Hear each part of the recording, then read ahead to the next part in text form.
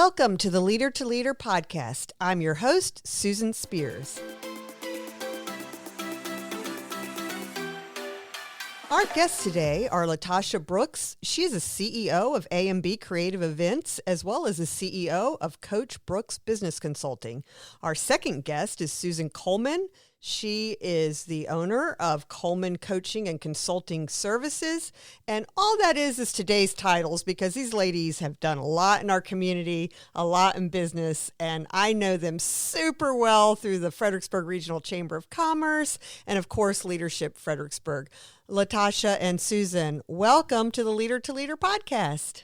Thank you. Thank you so much for having us. Yeah, it's a pleasure to be here. It is exciting to be here with you. Today we are meeting about a month before we'll be together again, talking about civility, which is our topic today, with the Leadership Fredericksburg class. We'll be doing that in February, and it's right now about mid-January. We met yesterday. We serve on a committee together for an event in the community that's now going into its second year called Empower Her. Yes. And I know that was your baby. So before we dive further into Leadership Fredericksburg, tell me why you all thought it was important to do an Empower Her event in our community. Well, you know, the women in our community, there's some unspoken leaders. They're leading behind the scenes. They're doing all the things. They're climbing the ladder. They're reaching out and volunteering in our community.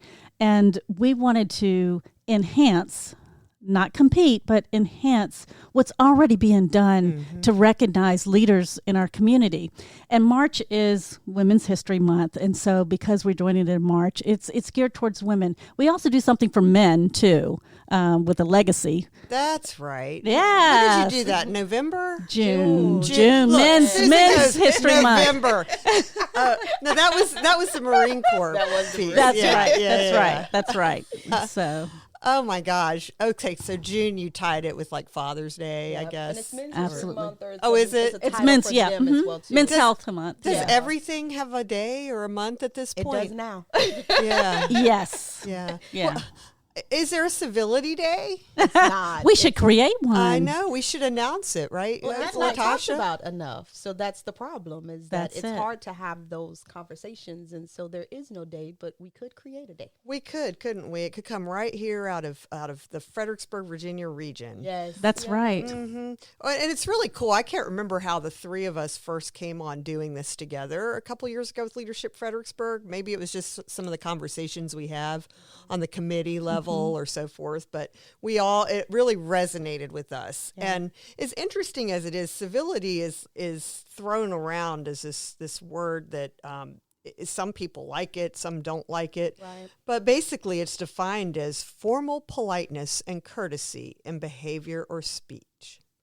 It's the process of treating another person, regardless of their opinions, perspectives, or political leanings, with respect and kindness. It's listening to another viewpoint.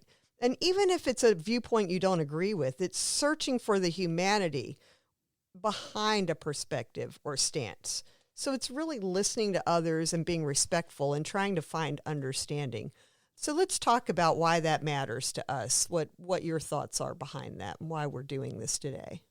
So I think for me, it was very interesting because when Fredericksburg Leadership introduced me to civility, because that was not a conversation that I was having with my regular group of people, at first I thought it was me being nice.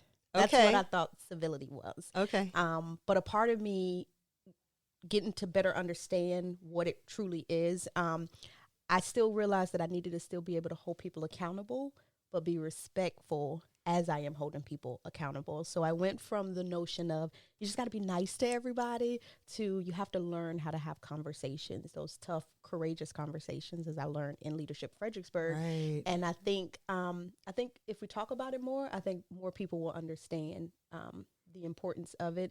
And it's not just being nice to everybody.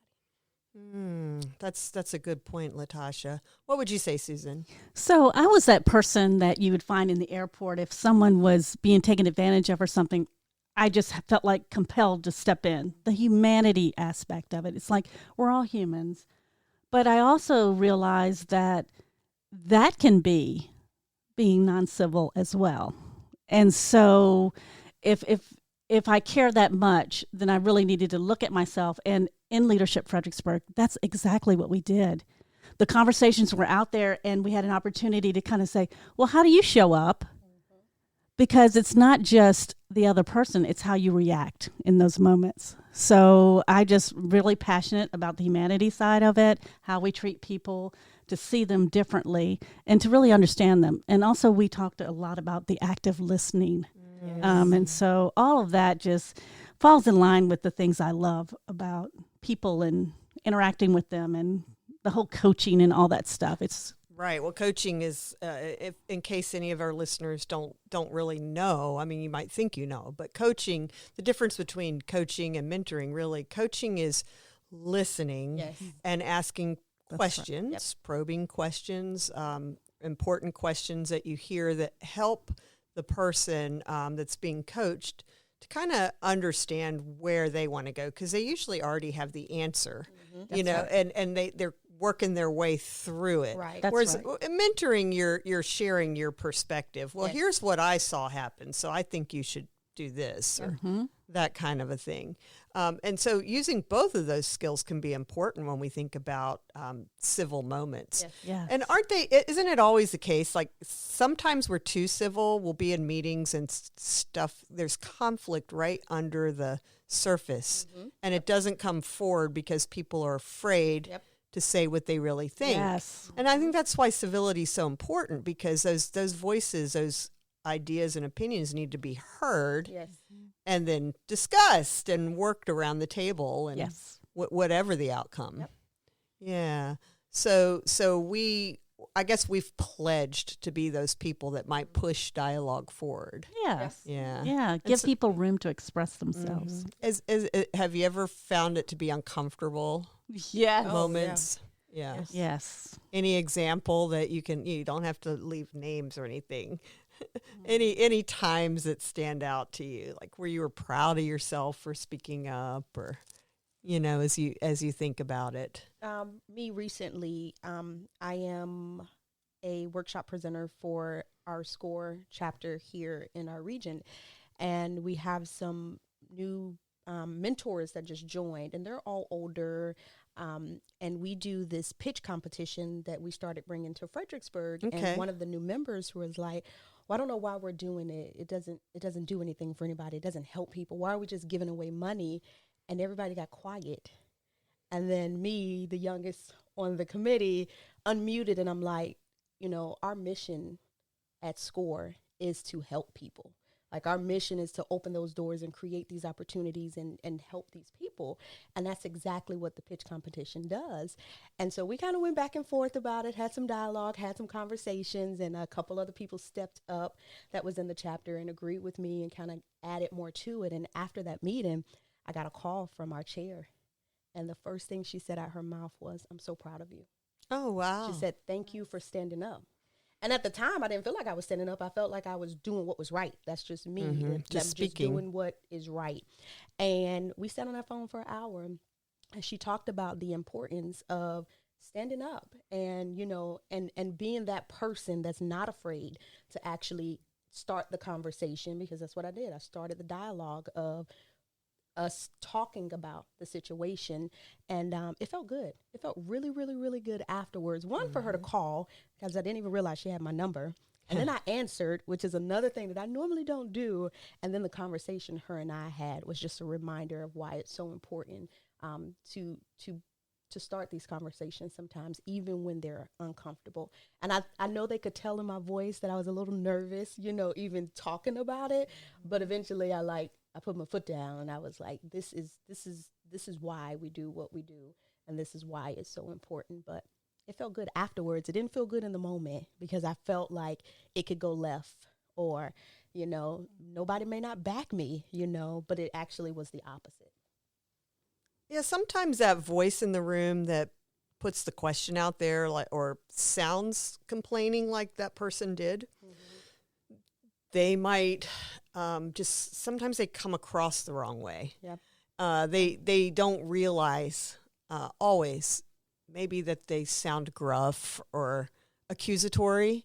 I mean, maybe they are, but sometimes, there's different personality types, as we know with Leadership Fredericksburg, that make it, some people just go ahead and put those thoughts right out there. And so it's good to have the opportunity to challenge it, which a lot of times they probably are like, why did I shut everything down? I didn't mean to. Right. You try to think what's going on in their head. Why do people think I'm mean? I don't mean to be.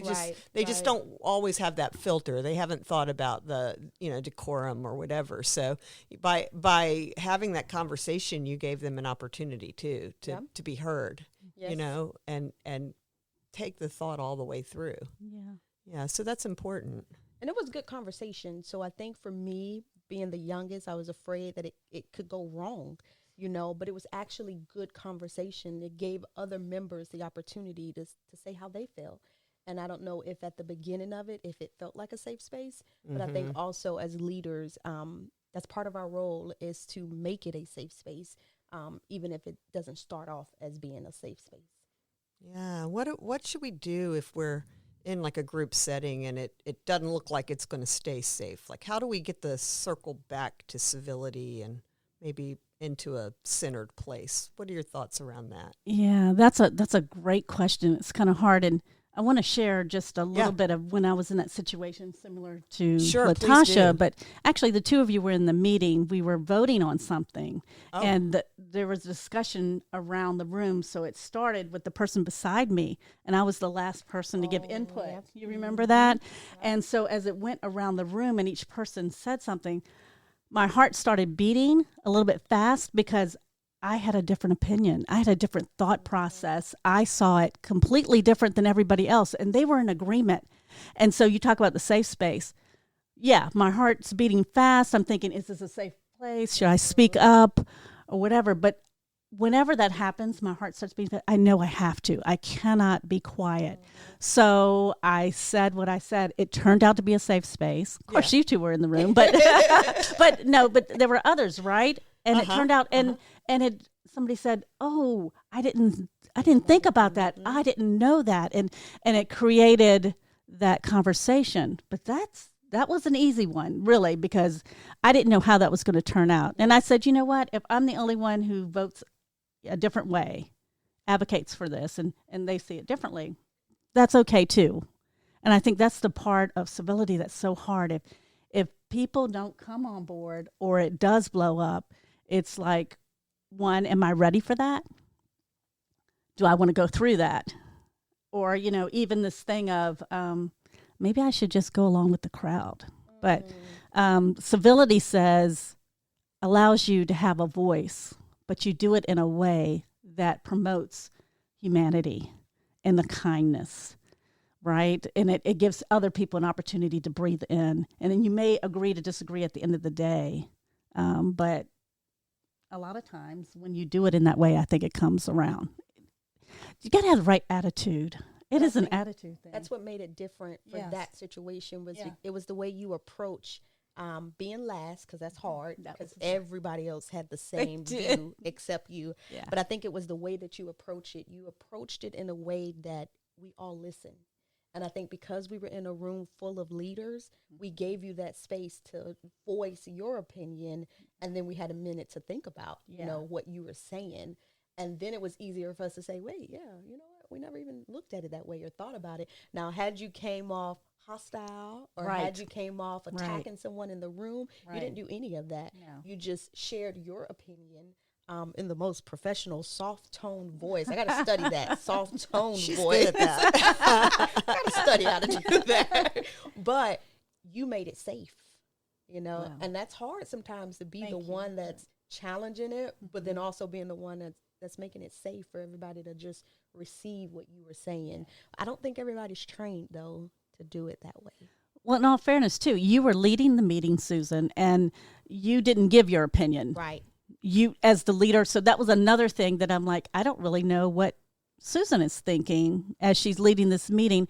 So I think part of that was the way that you allow people to voice, and that made it feel safer. So had the person who was leading the meeting given their opinion, and then I was the last person, I hope I would still do the same thing. I usually do when my heart starts beating fast, but But Susan, you also helped agreed, make it safe. She agreed with you. You did at the end. You did. I was like, okay, well, There you go. wipe that brow here. Yeah, She agreed with you that she day. So, did. She yeah. did, and you were like, you were thinking similar.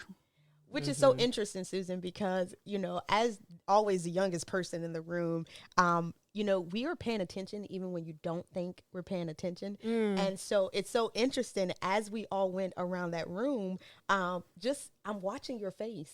I couldn't read. I didn't know what you were thinking, right? That's important too. And you let everybody speak, and like I couldn't figure it out. Like, okay, who's where she's gonna fit at this?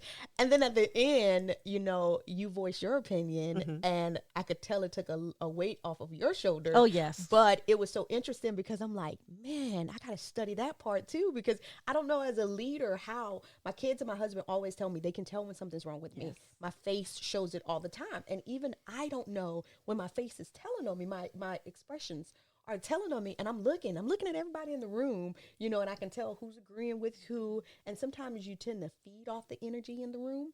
And so I'm like, okay, are we just agreeing just to agree, or do we have valid points? And I'm looking at the leaders in the room, and I'm trying to figure it out, but I just couldn't. I don't know if that comes from all the years that you have just been in this role, but I couldn't tell at all, what way you were going. And when you went the opposite way of everybody in the room, it shocked me. Oh, wow. I shocked shocked me. her.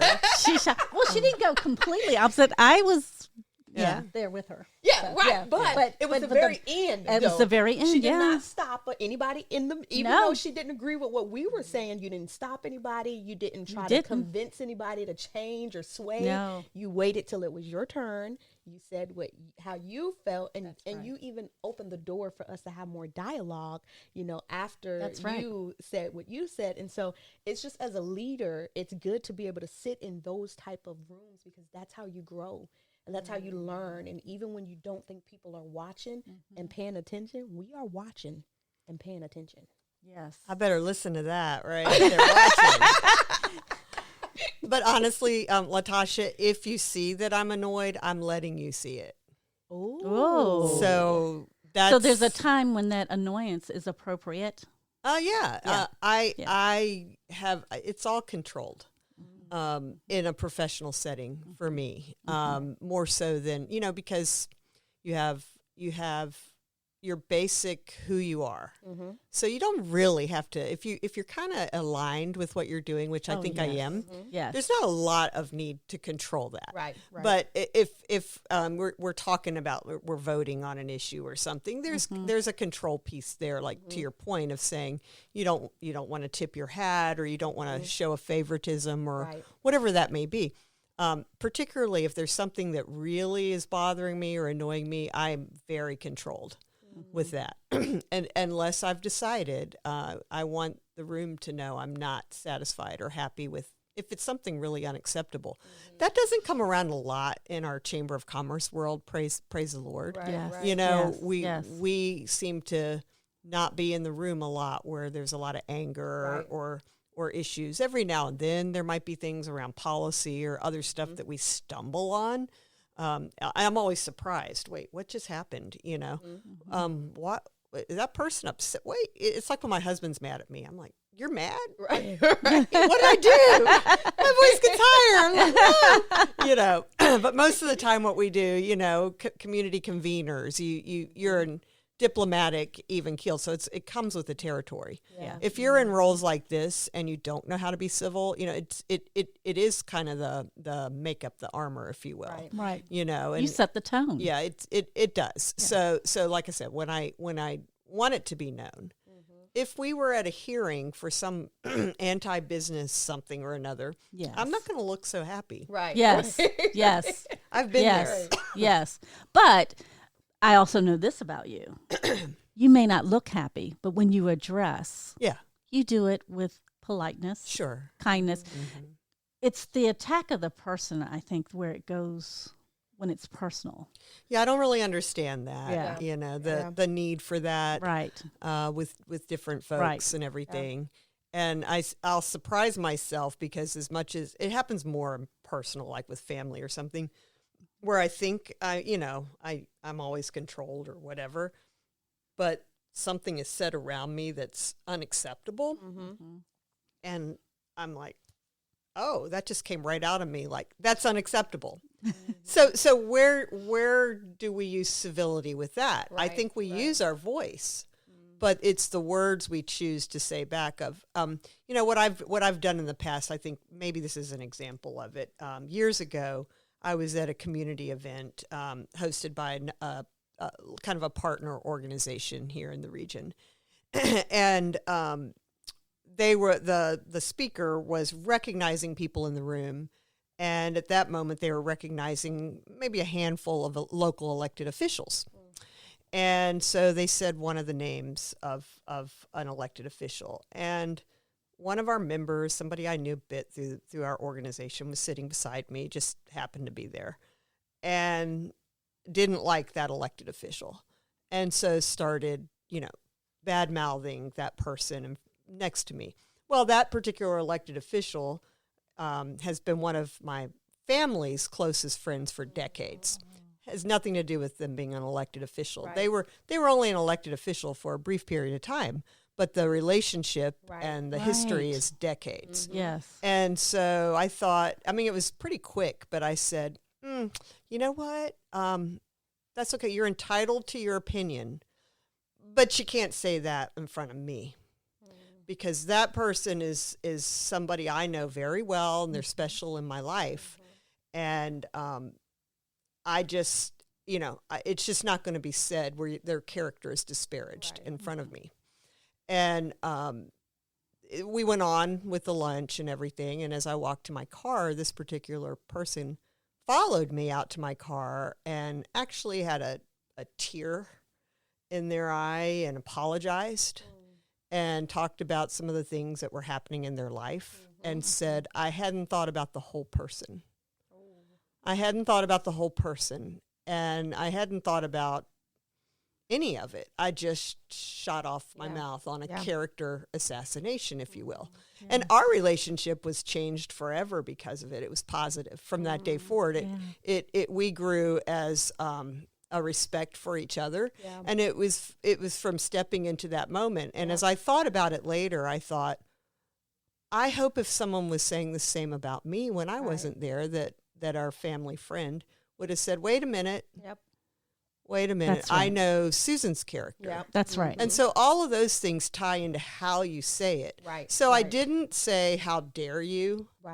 I didn't say, you're an awful person for saying that. How dare you? Any of that. I said, not in my presence. So I think for me, that's some of civility is what accountability or what standard you'll have. And sometimes it's significantly uncomfortable. Yes, very. But also those moments bring us together.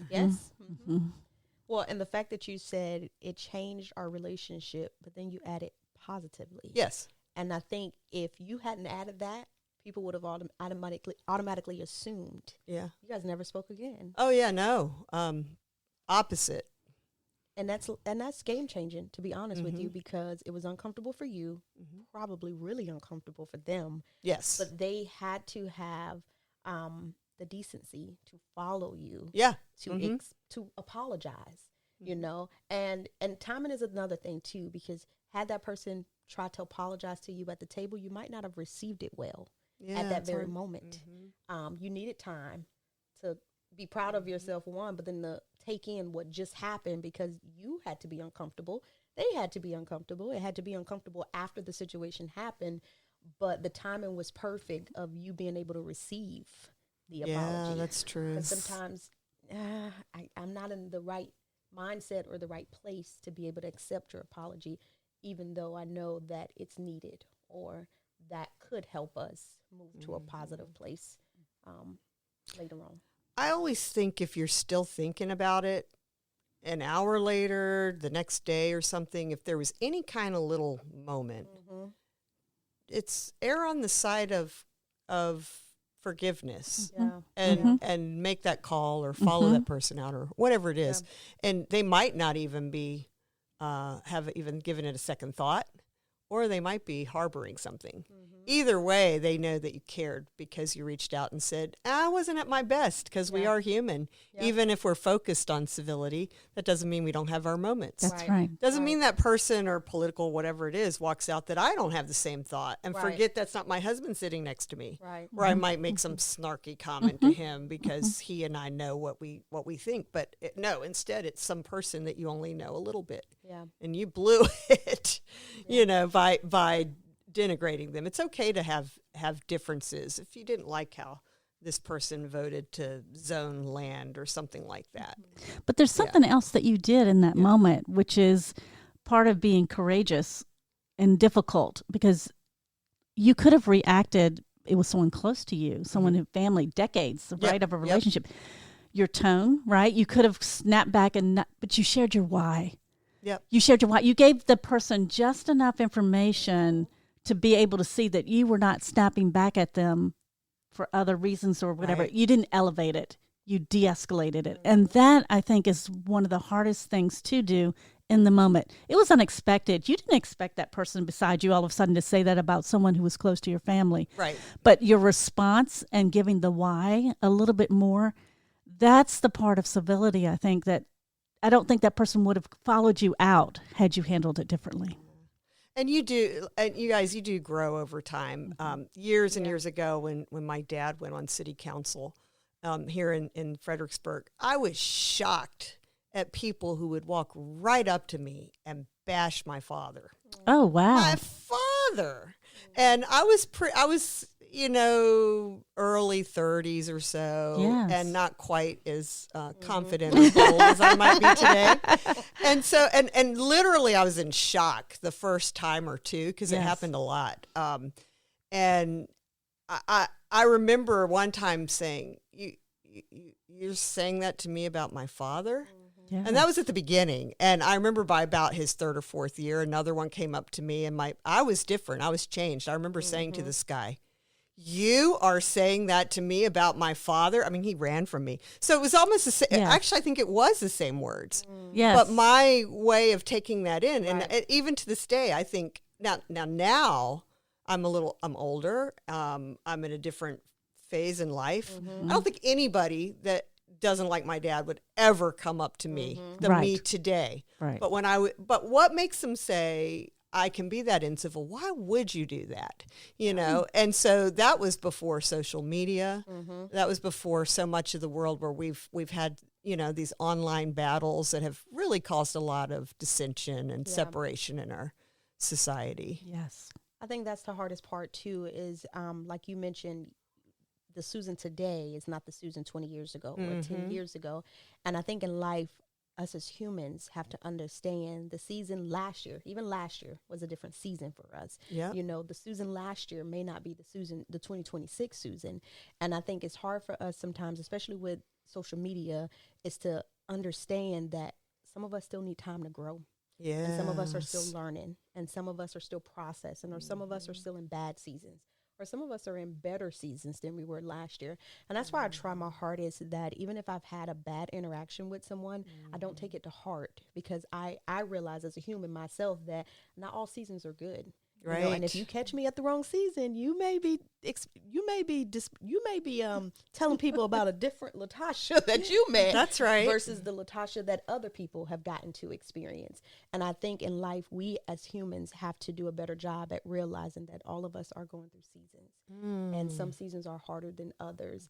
And we have to leave that room to allow people to grow, because we really don't know what people are dealing with in their seasons right now.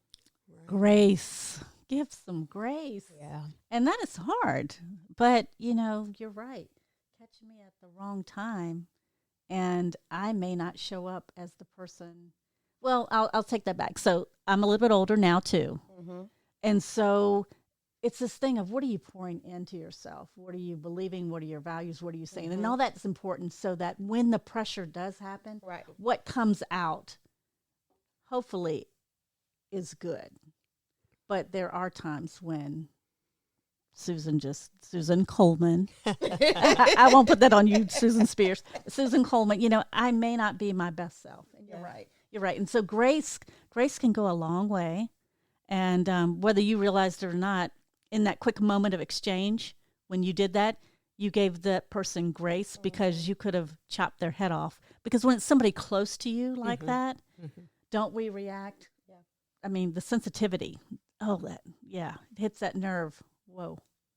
Yeah, and making them aware. Yes, Because making them aware. you can sit there and be mad. I could have stayed mad at her forever, but no, I think, yeah, for whatever reason that day, I didn't stay silent.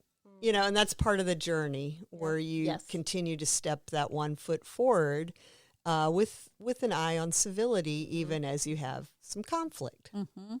So I have a question. I know you mentioned that, I know for us, it's been the last couple of years that we've done Civility together. Was there something that happened that made you add it to the program? Not really something. It's always been something that mattered to me. For example, we hosted at the Chamber of Commerce several events around civility before I ever did anything with Leadership Fredericksburg. Wow. Mm-hmm. And I remember the first one we did, I think it was around 2017 or so. It just was something I always wanted to do. And I'll tell you, I was at a U.S. Chamber conference national conference, and there was a speaker, a breakout session around a community where they did like a civility agreement. And so they had the person and they're talking about it. And I said, oh God, I want to do this. I love it. It all resonated with me. And so we did an event on civility. And I remember getting a call while it was being planned and announced from a person that was high up in local government, not an elected official, but a government official locally. He said, I've never seen anything more brave than you doing this topic. And I thought, why is this brave? Yeah. Wow. Right. And it was before social media and everything in 2020. So it's around that time, though, that the world's getting a little goofy as far as us starting to hide behind keyboards and, you know, be mean-spirited more often than not. So we did a whole thing around it. And at the time, and even now, because I bring this back in LF, one of the things that there's a couple, you know, I'm a musician, so I think in terms of songs and stuff. So I remember that day vividly, opening with words from the Louis Armstrong song, What a Wonderful World. You know, and in the words to that song, you know, where he sees, I see friends passing by saying, how do you do? They're really saying, I love you. And everything in there, he's talking about the different colors and different people. What a wonderful world. And then the contrast to me was Marvin Gaye, What's Going On, which is the early 70s, but to me, it's today. Right. Everything about that song. Absolutely. And the main line in that song, and what I think has everything to do with civility, is talk to me so you can see what's going on. Yes. I mean, that's picket lines. Don't punish me with brutality. Talk to me so you can see what's going on. What's going on. So you can't find out what's going on unless you talk to each other. Yes. Does that answer your question? It does, because, you know, again, being a military family, we traveled to a lot of cities and a lot of states. And it wasn't until I got to Fredericksburg, Virginia, that I got introduced, college degrees, all of this. That was the first time I was introduced to civility. And I didn't know if something triggered it, or if, like you said, it's just always been a passion. I just wish more people will learn how to have conversations. Well, I don't think we can have a conversation about civility and without mentioning this. Chris Singleton. Oh, my goodness. Leadership Fredericksburg, 2019, 2018, maybe, I don't know. What year we had him? Yeah. I think it's after COVID. Yeah, it was after COVID. Okay, It was more recent, maybe 22 or 3. Yeah.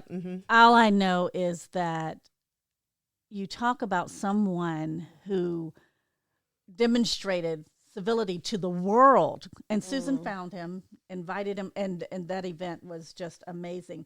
But here's a man whose mother was in a church praying, which you think a prayer as a positive, right? Lifting Wednesday up night others. prayer service. Right, yeah. And she's killed. And he says, They were all killed. yeah, all of them. Everybody in that prayer circle. Emmanuel AME Church in Charleston. And he was young. 18. Yes. And he starts, I mean, he forgives them. He's having conversations about it to them, with them, whatever, and goes around and starts this thing about when you understand someone's why, when you have a conversation with someone, you may not agree, but you may respect them. And oh my gosh, that to this day, this is 2026, and I am still remembering him standing up there, speaking to us, and just the feeling just comes back. It's like, I want to be more like you, Chris. Yeah. I want to be able to forgive and move in my life, in my circles, and have people who are different than me and hear their voice. And yes, I may not agree, but I need to hear their voice. I want to know their why. I want to know more, because in that space, I can move forward. But when I allow that person, if I just divide, if I just walk away, I cancel, whatever it is, whatever you want to call it, I don't grow. I'm miserable. I really am. There's bitterness. There's all of that. Love to see him again. The thing about his story, why a lot of stories, there have been so many tragedies in our country that have become so, right up in your throat because of the way the media, how you can see everything 24 hours a day now. Whereas we couldn't for, hundreds of thousands of years.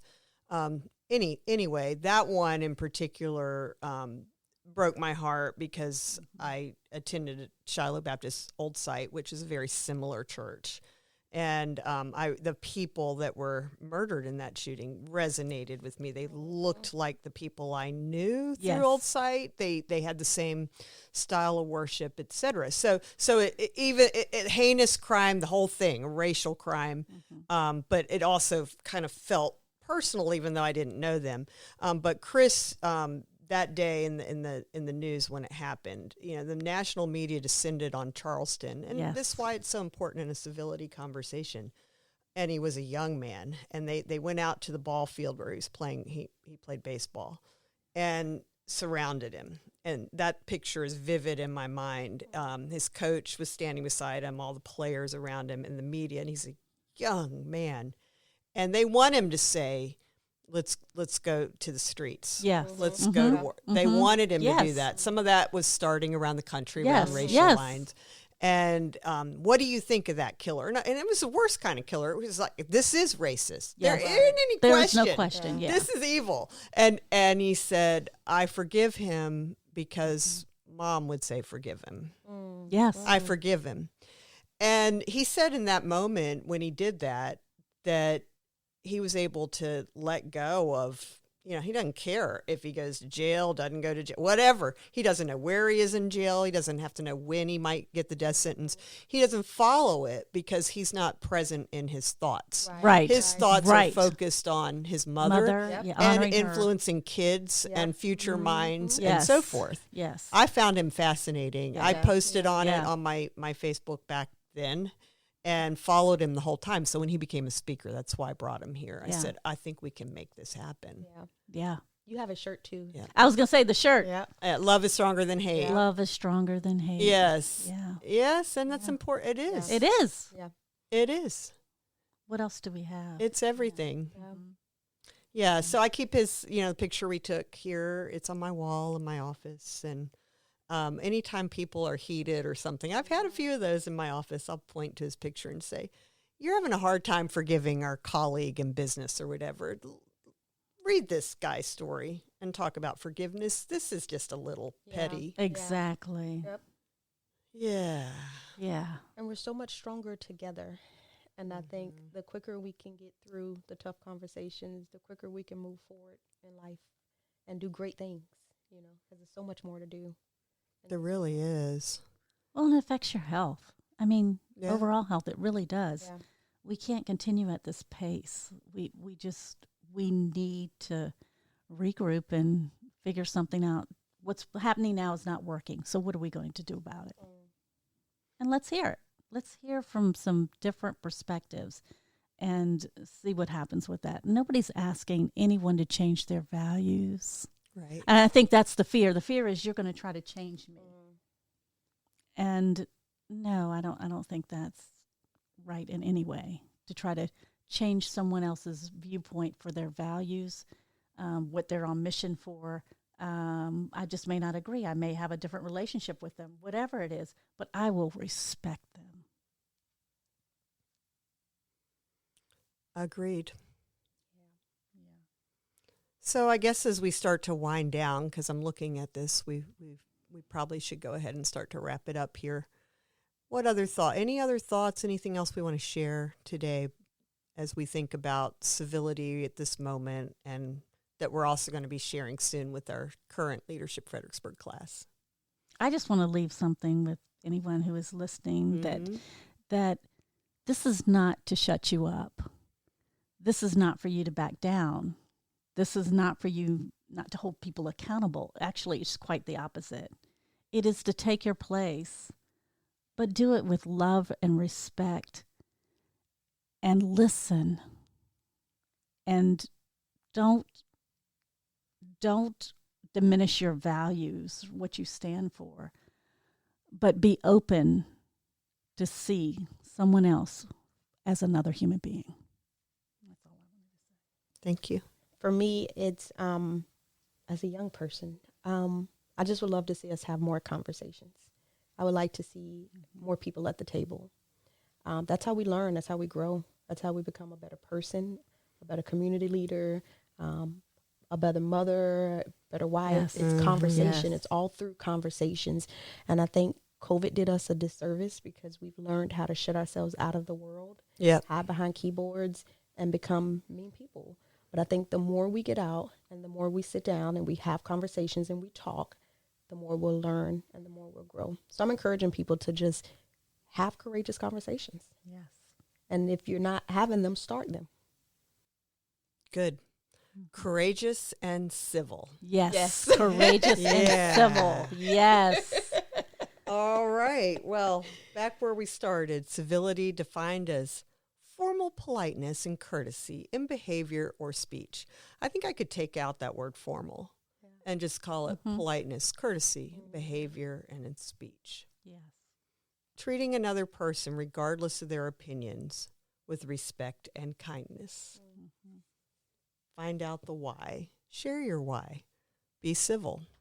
All right, I'll call this one to be continued. What do you think, ladies? Yes. I love it. Yes.